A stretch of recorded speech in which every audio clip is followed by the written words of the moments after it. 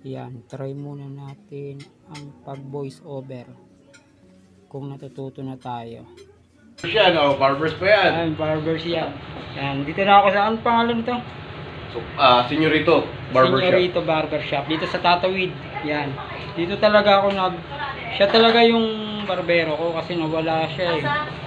Lumipat siya ng barbero ngayon, bumalik ulit. Nandito na siya sa Senyoritos Barbershop. Ayan, nakita na kami ulit ng barbero ko. Siya kasi talaga yung original kong barbero. Siya talaga yung gumugupit sa akin. Tawag nun, nagsara yung barbershop nila kaya lumipat siya sa iba. Tapos may nag-open dito ulit sa pwesto nila dati. Senyoritos Barbershop pala ang pangalan. Kaya bumalik siya. At ayan pala ang pangalan ng barbershop nila.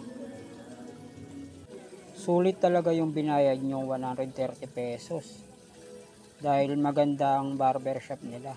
Malinis, mabango, maliwanag, at aircon. Tapos talagang smooth yung mga razor nila. At ramdam na ramdam mo talaga yung relax ng katawan mo. Dahil sa huli, may masahe pang libre. O di ba? San pa kayo? Dito lang yan sa may Tatawid, Pangulo. Bandang Santulan, Kanto. Tapat ng Darwin's Lugawan. Kaya madali lang siyang tumbukin. Kung gusto niyo magpagupit, puntahan niyo lang yan.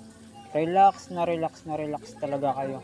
Tsaka hindi OA yung mga barbero, talaga nakikipagkwentuhan. Mababait. Saan ka pa? Diba? Dito ka na sa Senyoritos Barbershop. Mababait yan sila Bong. Hindi sila kagaya ng ibang barbero na may feelings. Syempre joke lang. Hindi. Talagang sila, nakikipagkwentuhan. Tsaka yung mga hagod ng razor magagaan talaga. Suwabe sa buhok, talagang gupit pogi. Makikita nyo naman talaga, di ba?